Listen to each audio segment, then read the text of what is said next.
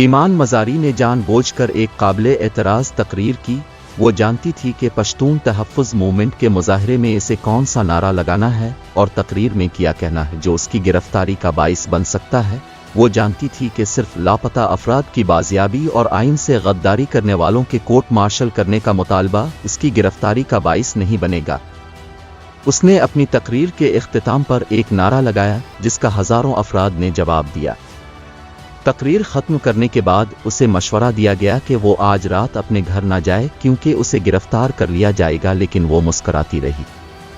اس کے کچھ قریبی دوست کافی دنوں سے یہ اندازہ لگا چکے تھے کہ ایمان مزاری جیل جانے کا فیصلہ کر چکی ہے۔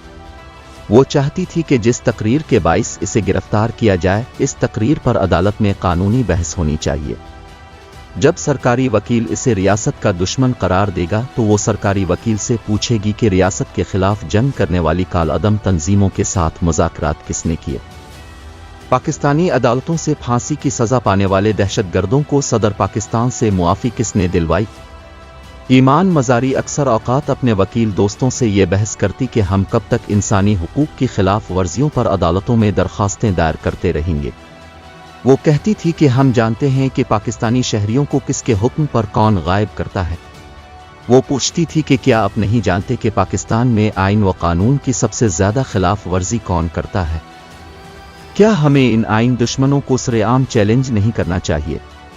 بہت سے وکلاء نے اسے سمجھایا کہ ہمیں جو بھی کرنا ہے قانون کے دائرے کے اندر رہ کر کرنا ہے، لیکن ایمان پوچھتی تھی کہ کیا قانون کا احترام صرف ہم پر واجب ہے؟ قانون نافذ کرنے کے ذمہ دار قانون کا احترام کب کریں گے؟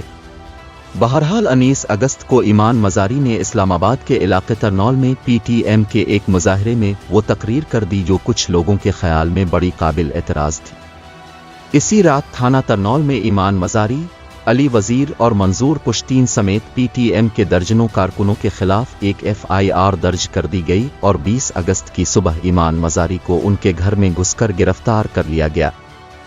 کافی دیر کے بعد جب ایمان مزاری کے وکلاء کو تھانہ ترنول میں درج ہونے والی FIR ملی تو اس میں نہ تو ایمان مزاری کی تقریر کا ذکر تھا اور نہ ہی اس قابل اعتراض نعرے کا ذکر تھا جسے کچھ خود ساختہ محب وطنوں نے ریاست کے خلاف اعلان جنگ قرار دیا تھا۔ ایمان مزاری پر سڑک بند کرنے، گاڑیوں کے شیشے توڑنے اور پولیس سے الجھنے کا مقدمہ بنایا گیا۔ ہو سکتا ہے تقریر پر کوئی اور مقدمہ بنا دیا جائے، لیکن کم از کم ایمان مزاری نے وہ تو نہیں کیا جو 9 مئی کو ہوا تھا۔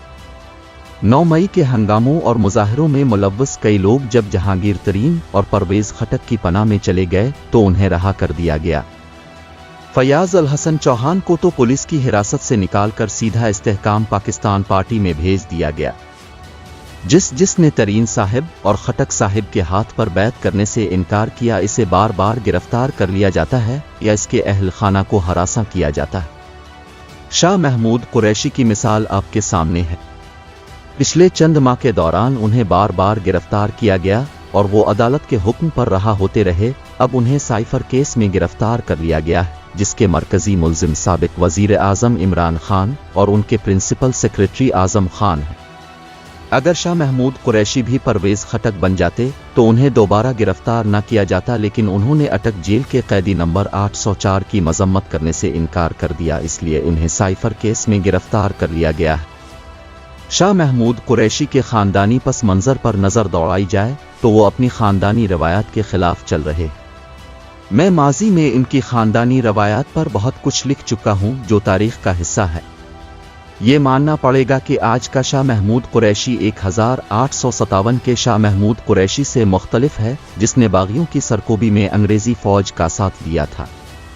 شاہ محمود قریشی کے والد مخدوم سجاد حسین قریشی نے 1965 کے صدارتی الیکشن میں محترمہ فاطمہ جناح کے مقابلے میں جنرل ایوب خان کا ساتھ دیا۔